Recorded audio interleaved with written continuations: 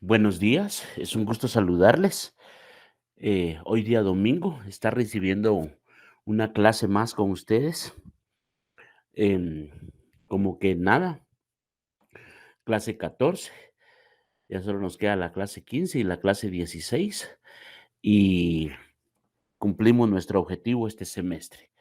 Realmente es gratificante y satisfactorio pues estar todos los días domingos con ustedes impartiendo la clase, tratando de aportar algo a su conocimiento y a su proyecto de vida. Como docentes pues es un orgullo y a la Universidad Rural pues también le es un placer que ustedes estén acá el día de hoy. Entonces, en nombre de la Universidad Rural, bienvenidos al curso de Administración de Operaciones 2. Su código es FG073. Estamos en la semana 14.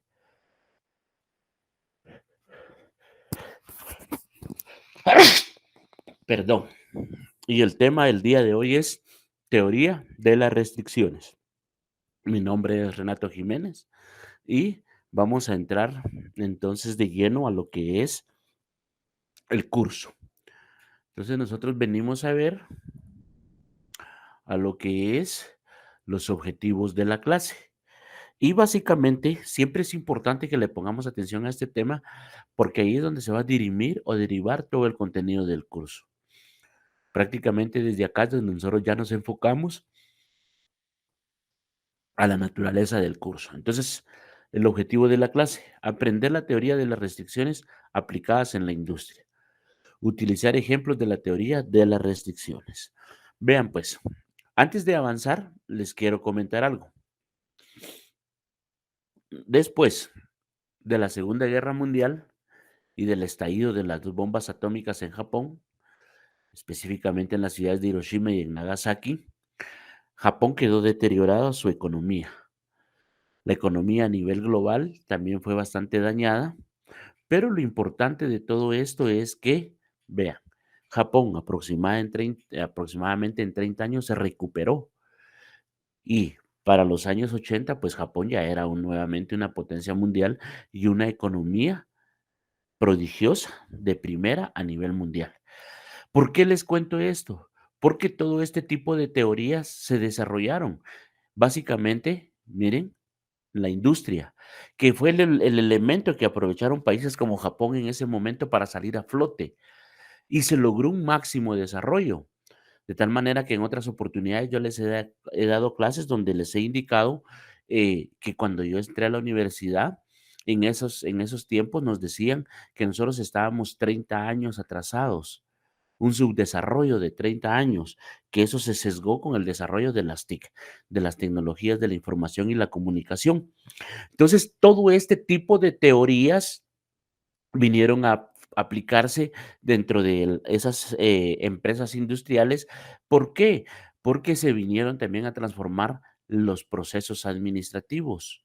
Entonces la industria no solo debería de evolucionar la industria, sino que también debió evolucionar la administración como tal. Cuando yo doy teoría administrativa o administración uno, siempre les comento cómo se fue, cómo se desarrolló a través del Fordismo. Entonces, lo mismo viene a suceder acá. No solo hubo ese desarrollo industrial, sino que también los procesos administrativos tuvieron que evolucionar. Entonces, de tal manera que siempre que evoluciona la industria, evoluciona la administración. Pero lo más importante de esto es que, así como se dio para estos años, ya lo vamos a ver, para estos años en que se dieron la evolución o implementación de este tipo de teorías, también ahora todo ese tipo de teorías que eran básicamente como exclusivistas para estas áreas, ahora ya tienen aplicación general, inclusive ahora aplican a la industria y a los servicios, que cuando vimos las cadenas de suministro, recuérdense que les dije cómo está el procedimiento: producción, intermediario, consumidor. Básicamente sería de manera general, pero sin embargo, ahora es el mismo esquema, solo que tenemos que definir, ubicar específicamente el papel que va a jugar cada uno de las participantes dentro de la cadena de suministro, porque a la vez puede ser consumidor y productor. y a la vez puede ser intermediario y productor o intermediario y consumidor final. ¿Vieron? Entonces, eso es lo importante. Y todo eso se ha venido a dar a través del desarrollo de la comunicación, del transporte, todo ese tipo de situaciones que se dan. Bien, entonces pasemos a lo que es propiamente la teoría de las restricciones. Ahora sí, les indico la fecha en que más o menos se desarrolló, no, en que se desarrolló esto, pero como ven, casi la gran mayoría, la característica de estas teorías es que, miren, nos indica no el año, sino que nos dice a principios de los años de 1980 existió este doctor que ustedes pueden ver en su pantalla, Eli- Eliyahu Goldratt, el doctor Eliyahu Goldratt, y escribió el libro La Meta. Y en ese libro él empezó a desarrollar una nueva filosofía. Oigan, no una nueva filosofía, miren pues, como forma del pensamiento, porque eso no tiene aplicación acá, sino que una nueva filosofía como parte de una cultura. Así veámoslo, porque la filosofía aplicada a nivel empresarial no es una forma del pensamiento, sino que es una forma de trabajo, lo que viene a ser una cultura organizacional. Entonces, miren, una nueva filosofía de gestión, vean. Entonces, llamada teoría de las restricciones. Y esa teoría sostenía que la capacidad de cualquier sistema está determinada por la capacidad máxima del recurso de restricción. Les aclaro y se los pongo de esta manera para que conceptualizamos y comprendamos de mejor manera. Y va a ser constante lo que les voy a estar repitiendo. Cuando hablamos de restricciones, de manera general, ¿a qué estamos hablando? A un cuello de botella. Y cuando ejemplificamos algo como un cuello de botella, ¿a qué nos estamos refiriendo? De manera general, a un atraso, a una acumulación, a un entorpecimiento de un proceso productivo. A eso, efectivamente, todas las dimensiones que ustedes les quieran dar, pero que también, miren, está determinada por la capacidad máxima del recurso de restricción. Esto de manera general, no le estoy diciendo que sea bueno, pero así funcionan los procesos, así funcionan. Entonces, cuando hablamos de restricciones, van a haber restricciones que son necesarias para el buen funcionamiento de la empresa. Ahí es donde se dice que muchas veces es necesario que existan, porque si no existieran, se deteriorarían los procesos. Contradictorio, ¿verdad? Ustedes, porque normalmente nosotros quisiéramos que un proceso fuera libre y llano. Inicio, fin y inicio y fin, así. No, pero dentro de esto se dan muchas situaciones que es necesario que existan. Bien, entonces, la teoría de las restricciones, miren, importantísimo. ¿En qué año se inició? A inicios de los años 1980. ¿Quién fue su promotor? El doctor Eliyahu Goldratt. ¿Cómo se llamaba el libro? La Meta. Y algo importante también es que la podemos definir como una metodología que busca la mejora, miren, otro término, la mejora continua, identificando las restricciones o limitaciones encontradas en un sistema que lo hace lento. ¿Me vieron? Se las repito por su importancia. ¿Qué es la teoría de las restricciones? Es una metodología que busca la mejora continua, identificando las restricciones o limitaciones encontradas en un sistema que lo hace lento. Bien, vean pues, cuando nosotros hablamos de restricciones y de mejora continua, estamos hablando de revisión de procesos. Y cuando hablamos de revisión de procesos y mejora continua, estamos hablando de un ciclo constante y repetitivo. Por eso es que normalmente este tipo de teorías siempre se van a amplificar en forma circular. ¿Por qué? Porque en un círculo tenemos bien entendido, no sabemos dónde comienza y no sabemos dónde termina. Pero dentro del proceso o administrativamente, cuando nos referimos a un ciclo, nos estamos refiriendo a un proceso constante. Y ese proceso constante tiene la característica de que es evolutivo o, mejor dicho, le permite evolucionar a las organizaciones. Y aquí es donde aparece la mejora continua. Ya vamos a ver a qué nos referimos con un proceso de mejora continua. Bien, pero ¿qué es una restricción? Un atraso, así de sencillo. No, las restricciones, esa teoría de restricciones fue fundamentada, fue sustentada, es parte, como vimos la semana pasada, de ese proceso científico del conocimiento y de la praxis social. Es parte de el desarrollo del conocimiento científico, sus fases experimentales, todo eso vino acá. Entonces, esto tiene un sustento y se basó en 3 premisas fundamentales. La número uno, restricción, miren, la forma de visualizar no implica necesariamente un recurso escaso. Una restricción no representa necesariamente un recurso escaso. Por eso les digo, a veces es necesario que existan, es necesario que existan. Entonces, nos dice que toda empresa enfrenta el problema económico de la escasez. Por ello, no puede encontrar un recurso ilimitado. Entonces, una restricción es todo lo que imposibilita que la empresa alcance sus objetivos. Entonces, cuando hablamos que toda empresa no puede contar con recursos ilimitados, es precisamente vimos la semana pasada los costos y vimos que si no hay una limitación en cuanto al costo, la empresa se malacostumbra y se vuelve una gastadora compulsiva, como le sucede a muchas personas. Compran porque ven, no por necesidad ni por gusto. Cuando digo gusto, no estoy hablando solo de que me guste, sino que estoy hablando de, con mi necesidad, debo de preferir lo que realmente necesito para satisfacer esas necesidades. Ahí es donde se da el gusto, no solo porque me resulte atractivo, que es lo que sucede con los compradores compulsivos. Salen a caminar y ven una cosa ahí, me gustó, lo compro. No, no, no se trata de eso. Entonces, los recursos para toda organización siempre van a ser limitados. Se sensibilizó. Eso se relaciona mucho con las políticas de austeridad que impulsan actualmente las organizaciones o las empresas. Ese principio de austeridad va en función de la contención del gasto. Comprar al mínimo, gastar al mínimo con los mismos resultados o con mejores resultados. Bien, segunda em, sustentación. Toda empresa tiene como meta generar utilidades. Ninguna empresa, a menos que sea una ONG, pero no estamos hablando de eso, ninguna empresa que nosotros conozcamos va a funcionar para regalar su dinero o no tener utilidades. Eso es imposible.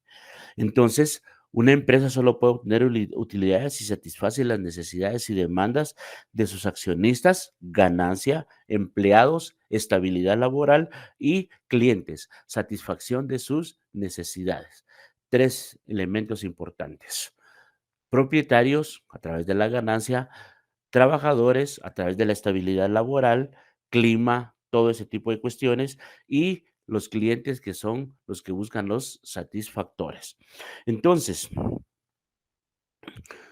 vamos a ver que una restricción ya de manera aplicada a esta sustentación es que una restricción es todo aquello que impide la generación de utilidades y realmente eso vienen a ser restricciones de alto grado para la empresa, por decirlo así.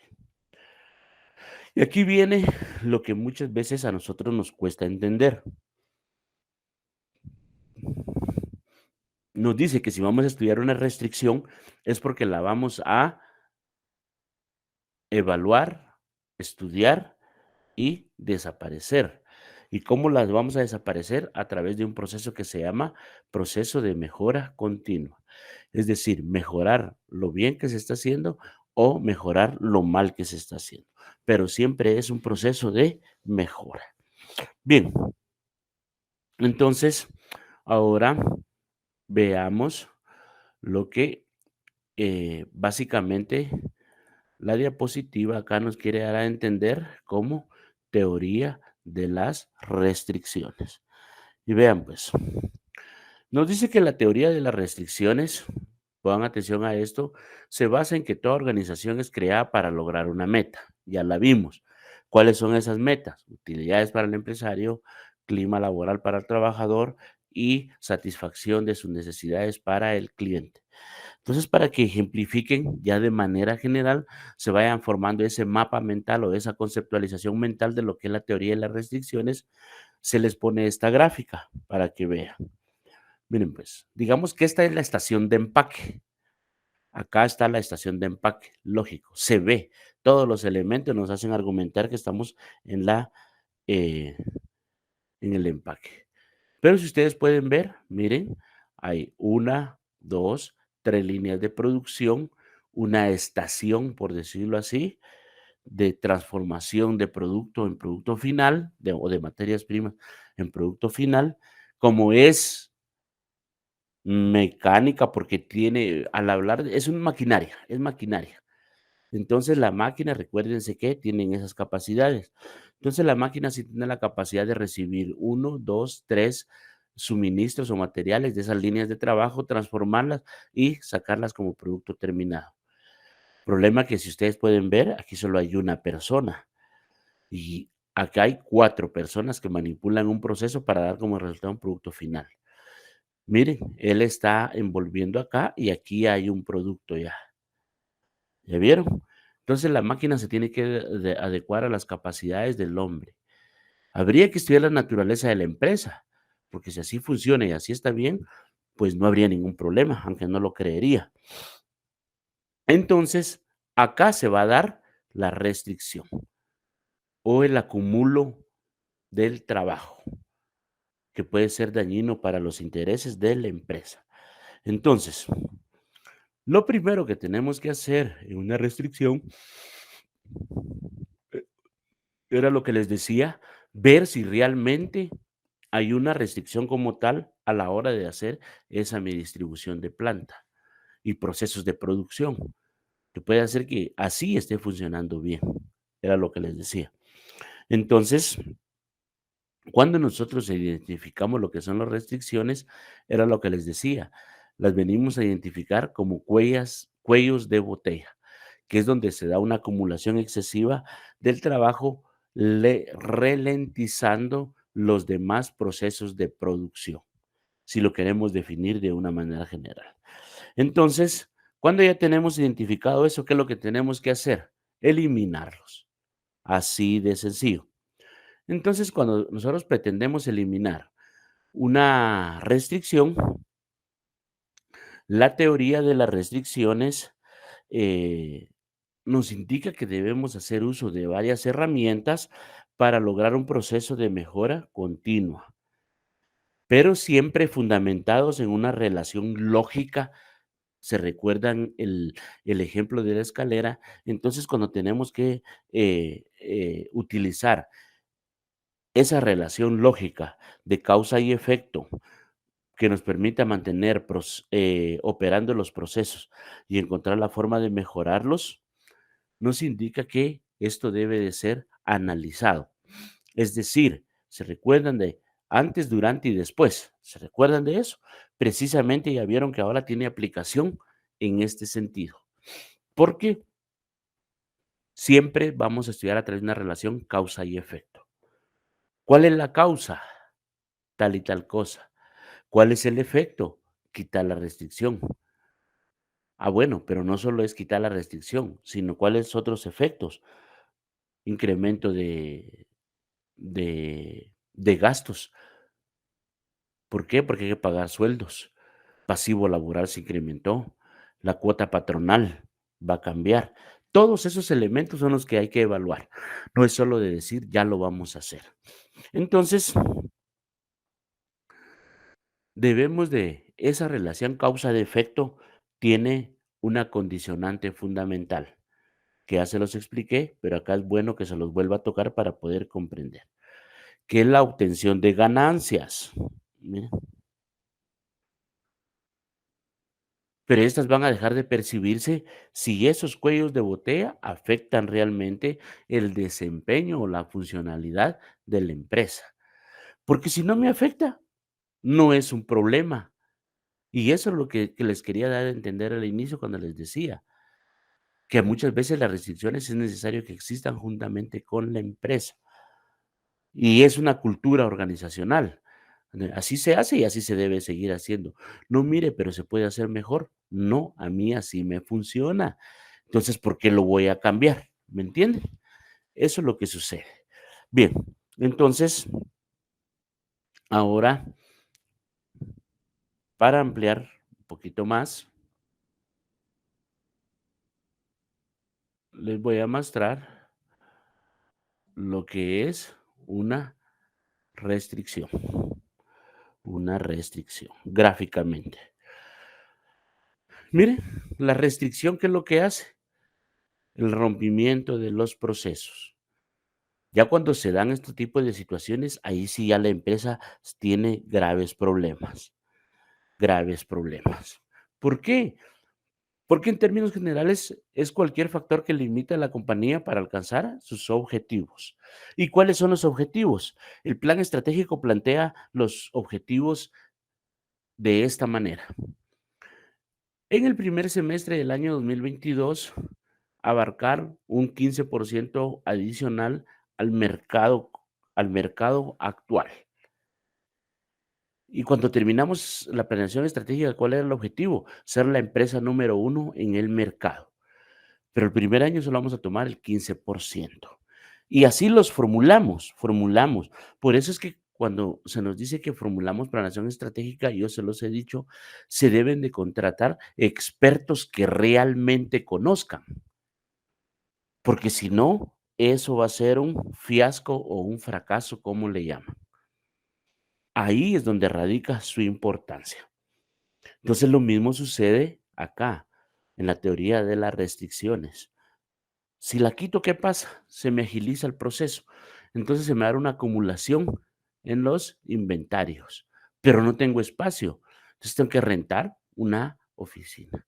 Y siempre, mire, como les digo, van a ir afectando su dinero o el dinero de la empresa.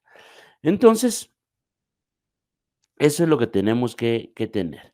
El objetivo claro de lo que pretendemos alcanzar con la teoría de las restricciones. Y aquí hay ejemplos así sencillos. Una restricción puede ser la cantidad de máquinas o máquinas obsoletas. ¿Me vieron? Eso sería. Otra restricción sería la demanda, nuevos mercados, nuevos productos. ¿Ya vieron? Nosotros en macroeconomía o en economía siempre miramos los bienes sustitutos y los bienes complementarios. La elasticidad demanda-precio, la elasticidad demanda-consumo. Todas esas elasticidades son las que vienen ahora a afectar. Entonces, la cantidad de máquinas, máquinas obsoletas o máquinas en mal estado. La demanda, la demanda en función del consumo. Vinieron otras empresas y traían unos productos similares, entonces los clientes pasaron a formar parte de un nuevo o clientes de un nuevo proveedor. Entonces, eso es lo que va sucediendo. Otras veces es la cantidad de la mano de obra. Muchas veces, y ahí es donde tiene que tener mucho cuidado la empresa, porque queman al trabajador. Muchas veces el trabajador lo desgastan en un mismo puesto durante tanto tiempo sin recibir nueva capacitación, nuevos métodos de trabajo, nuevos procesos de inducción, nada. El trabajador ahí está, de tal manera que se mecaniza. Ya no es un humano, no que es una parte de las máquinas de la empresa. Siempre haciendo lo mismo en el mismo lugar, desde el mismo horario, todos los días de trabajo.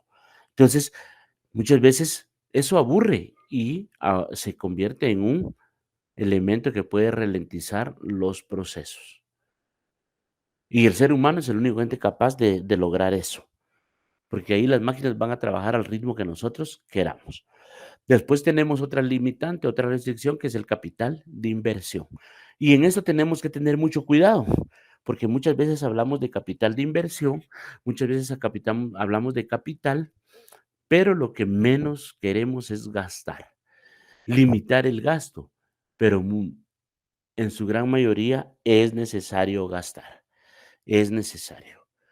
Póngale que mi restricción sea que las máquinas ya están obsoletas, ya están muy viejas, hay que darles mayor mantenimiento y a pesar de eso siguen fallando a cada rato, entonces como que ya no se nos genera una buena disposición. Entonces, en ese sentido, nosotros vamos hacia un capital de inversión. De ahí tenemos lo que es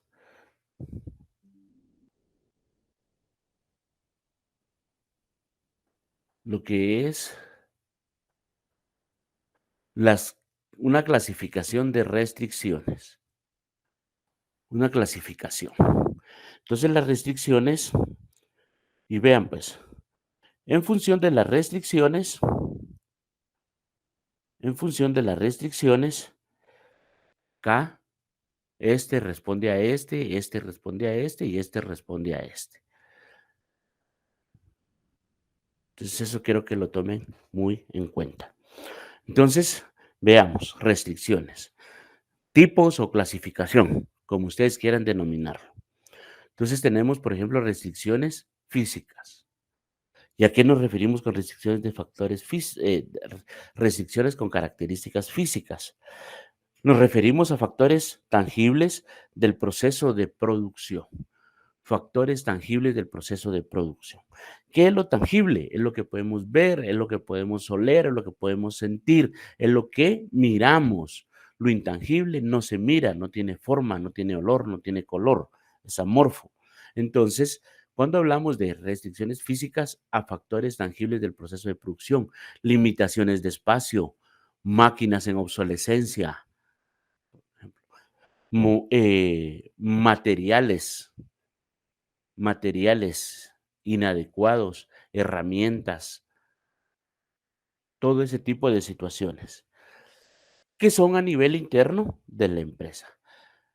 Entonces, ya vieron, también tenemos que tener esas consideraciones porque las restricciones también nos van a afectar a nivel interno y a nivel externo.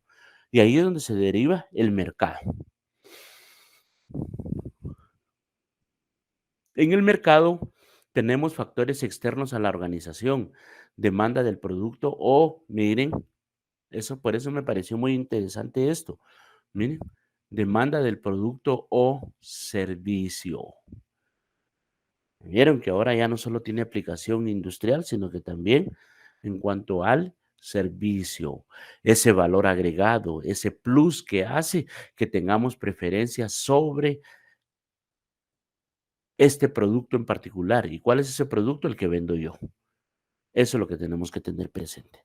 Bien, entonces, de ahí nosotros tenemos otras restricciones que son las políticas. Esas también son a nivel interno, pero también pueden ser a nivel externo. Estas son híbridas.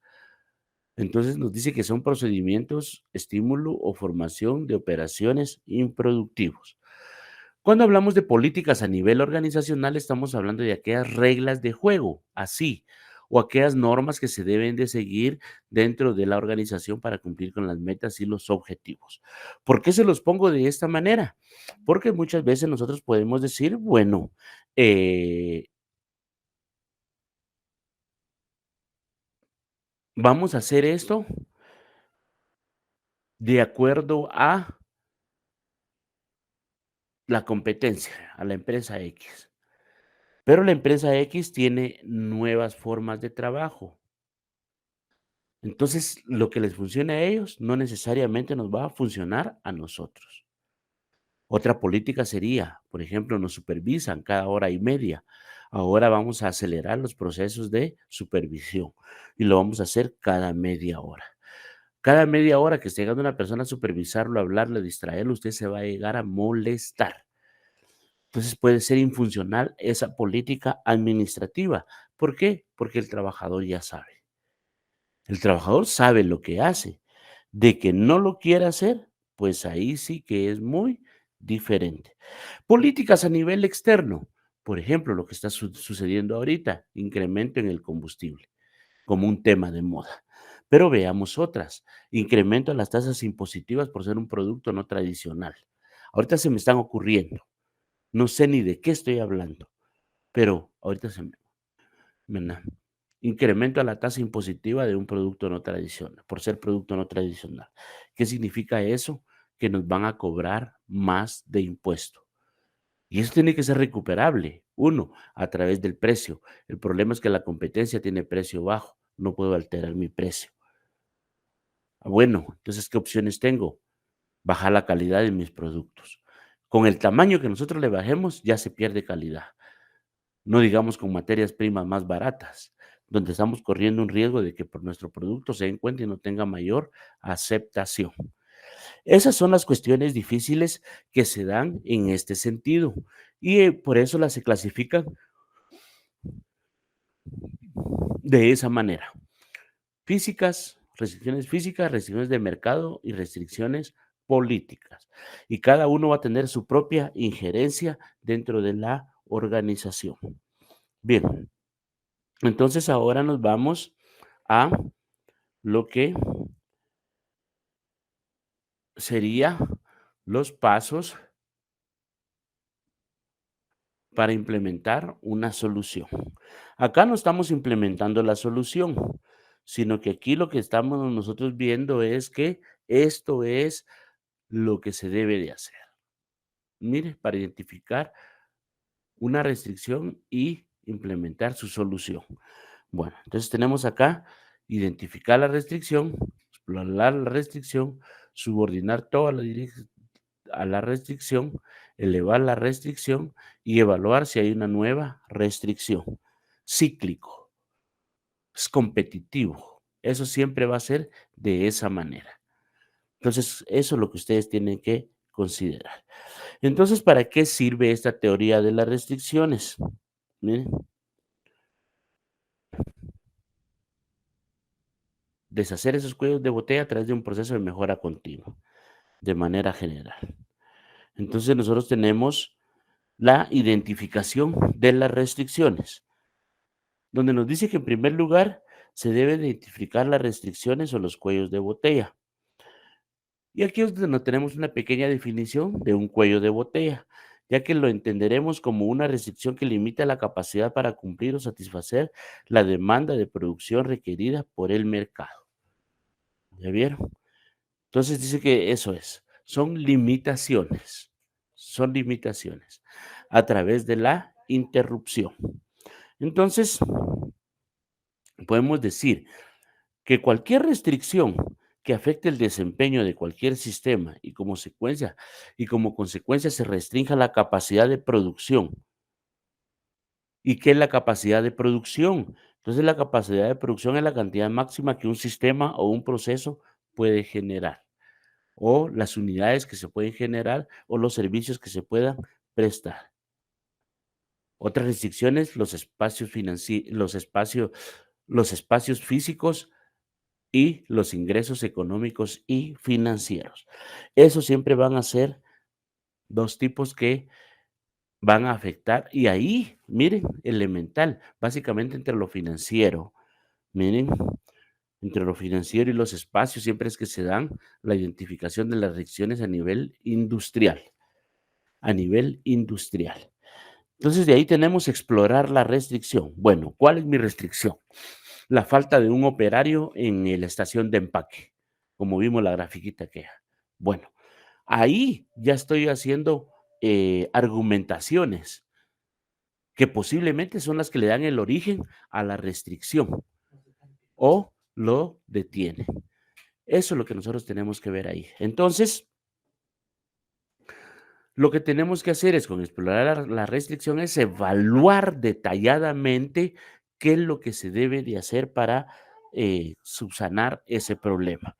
Entonces, ahí es donde se considera que se le saca el máximo aprovechamiento. Miren, el máximo aprovechamiento. Y la intención es sin invertir nada. Entonces, cuando se dan ese tipo de situaciones, es que nosotros estamos optimizando los recursos o estamos implementando realmente un proceso de mejora continua, porque a la larga eso viene a ser. Entonces, eh, veamos que la restricción sea un operario, como lo vimos, de una máquina. Ya sea que se contrate una nueva persona y se despida a este, con mayores capacidades, mayores habilidades, primera solución, o contratar otra persona. La naturaleza del trabajo me dice que si cambio a esa persona por otro va a seguir siendo lo mismo, pero si pongo a dos va a cambiar. Análisis o exploración de la restricción.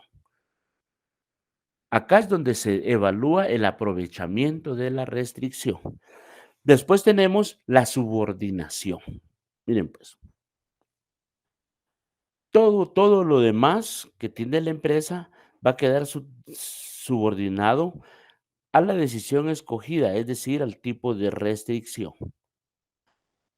Todo lo que representa un cuello de botella debe trabajar en función del elemento que ocasiona la restricción. Otro trabajador, tengo que contratar otro empleado más. ¿Eso qué me va a representar? Un nuevo salario, una mayor cantidad de flujo de efectivo hacia afuera de la organización, pasivo laboral. Entonces, ahí estoy ya inmiscuyéndome el área financiera a la restricción encontrada. Recursos humanos. Se viene a dar que el trabajador está fallando porque no capacitó, no le dio un proceso de inducción, de capacitación, que es lo que es la carrera administrativa o desarrollo personal dentro de la organización. Esos son los elementos que se dan. Entonces, de ahí tenemos elevar la restricción. Cuando hablamos de elevar la restricción, es cuando ya estamos impulsando inconscientemente, pero ahora ya lo van a saber conscientemente, porque muchas veces lo hacemos y no sabemos qué es lo que estamos haciendo. Y lo que estamos haciendo es lo siguiente, un proceso de mejora continua. Y este proceso de mejora continua, ¿qué nos va a permitir? Ampliar la capacidad de la restricción en el sistema. Cuando hablamos de ampliar su capacidad de la restricción, nos estamos hablando a que si es necesario que exista, pues que exista. Pero si no, ¿cómo la voy a contrarrestar para mejorar mis procesos con el fin de obtener mejores ganancias? ¿Ya vieron? Ahora, ¿cómo se conceptualiza la idea? En función del ingreso para la empresa. Entonces, dentro de eso, cambios de personal, medidas preventivas, en fin, eh, un mejor control de los inventarios, porque la restricción se da. Me quedo sin materia prima tan mes. Vamos a ver las órdenes de pago. Pido 10 lotes y realmente me traen 9. ¿Qué pasa con el otro lote? Se desperdicia, se pierde, se extravía, lo que yo les decía la semana pasada. Ahí es donde se da la dificultad. Pero no le tenemos que poner el mayor empeño posible a esas situaciones, sino que subordinarnos a la restricción existente o detectada. Y ya con esa nos vamos a poder dar cuenta de los efectos circunstanciales que provocan esa restricción. Entonces, de ahí, cuando ya tenemos evaluar la restricción, es decir, que sí nos está funcionando, que realmente eso fue lo que necesitábamos, ahora la evaluamos. ¿Me está funcionando o debo de mejorar en algo? Y siempre, siempre vamos a tener una mejora. A esa mejora que nos exige la misma naturaleza de la empresa es lo que nosotros le vamos a llamar mejora continua, mejora continua. Y aquí tenemos los elementos que integran la mejora continua. Ya cambió, si ustedes pueden ver, la parte central, identificar la restricción es lo mismo, explorar la restricción es lo mismo, subordinar toda la restricción, lo mismo, elevar la restricción y evaluar si hay una alternativa de restricción. ¿Me vieron? Todo viene a ser lo mismo, el mismo gráfico anterior, solo que ahora le agregamos mejora continua. Ah, bueno, entonces cuando identificamos la restricción, la pregunta, ya un tecnicismo. ¿Qué proceso limita el rendimiento? Siguiente pregunta, encontrar el método que permita obtener el máximo provecho de la restricción, es decir, las propuestas resultadas del análisis. A eso nos vamos a referir, a encontrar el método que permita obtener el máximo aprovechamiento de la restricción. Eso es en la fase exploratoria, en la fase de investigación. Después nosotros nos vamos a subordinar la restricción, que ahí lo que nos dice que es obligar al resto de los recursos a funcionar al ritmo que marcan las restricciones. No toda restricción es mala y ya está como parte de la cultura. Entonces, ¿qué puedo hacer? Solo alinearme o alienarme a esa situación. Pero de ahí, todo va a ir en función de evaluar si es funcional o la debo de contrarrestar. De ahí tenemos elevar la restricción. En ese sentido, nos decimos que se refiere a aumentar la capacidad de la restricción. Cuando hablamos de elevar la restricción y aumentar la capacidad, nos estamos refiriendo a que conforme desaparezca, si es que la tenemos que desaparecer, conforme aparezca, es como aumentamos la calidad. Algo contradictorio, bien enredadizo esto, pero así funciona. Mientras más se marque la restricción, se puede decir que es mucho más grande. Entonces, eso nos va a causar mucho mayor dificultad para la organización. Pero sin embargo es necesario que se mantenga. Entonces, mientras más se mantenga, mejor va a ser el funcionamiento de la organización. Elementos que tenemos que tener presentes. Lo importante es que si nosotros la vamos a mantener del tamaño, la vamos a aumentar la restricción, es por una causa. Y si nosotros vamos a desaparecer, la restricción ya no va a ser por la causa, sino que también por el efecto. Entonces, en ese sentido, después vamos a lo que es regresar al paso uno o el proceso de identificación de restricciones. Aquí hay un ejemplo para que lo vean con claridad. Primero, identificar la restricción. Ya identificamos la restricción. Ahora tenemos el ejemplo, una máquina. Esta máquina nos viene a afectar. De ahí tenemos explorar la restricción, es decir, hacer el análisis, asignar operarios más hábiles, evitar que se pueda, que se quede sin materiales para procesar, evitar paradas por falta de operarios, posibles causas que se devienen de la máquina. Y al final nos vamos a dar cuenta que posiblemente no es la máquina, lo que es el recurso humano o compras, ¿verdad? Bueno, después tenemos subordinar todo a la restricción.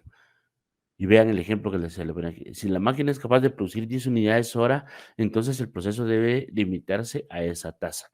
No podemos excedernos en los niveles de producción. Cada máquina trae sus propias especificaciones, peor si son de carácter industrial.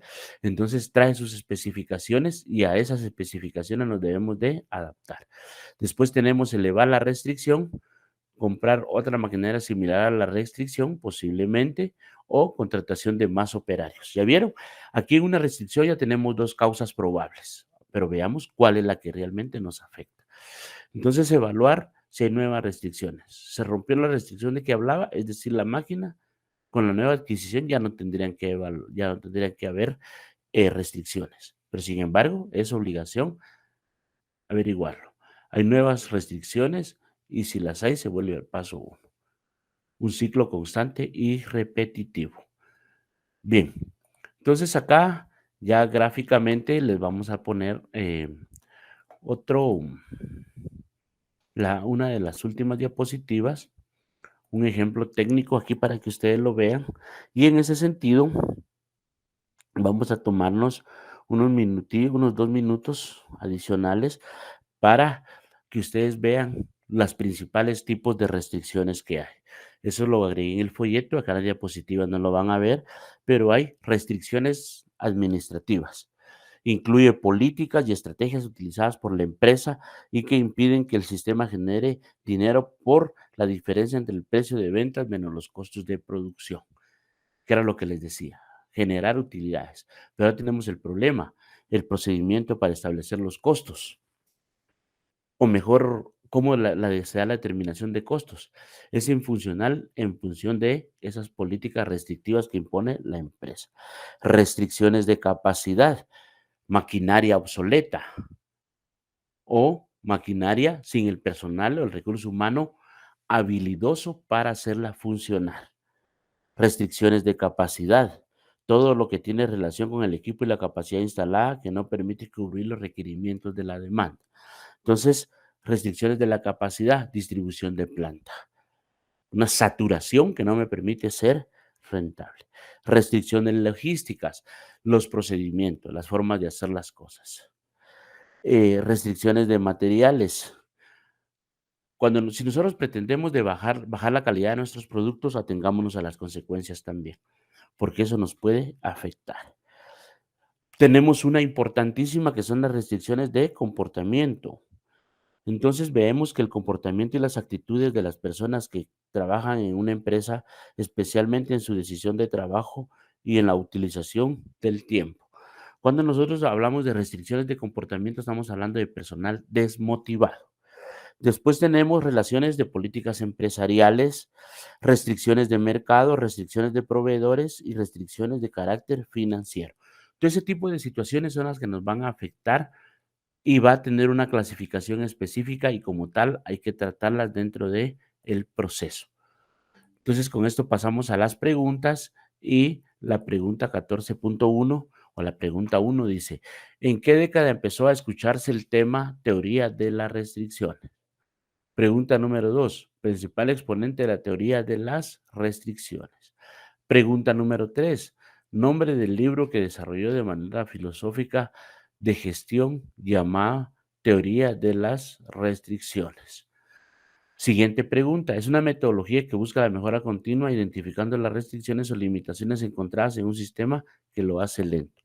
Y la última se refiere al comportamiento y actitudes de la persona que trabaja en equipo, especialmente en su edu dedicación de trabajo y la utilización del tiempo.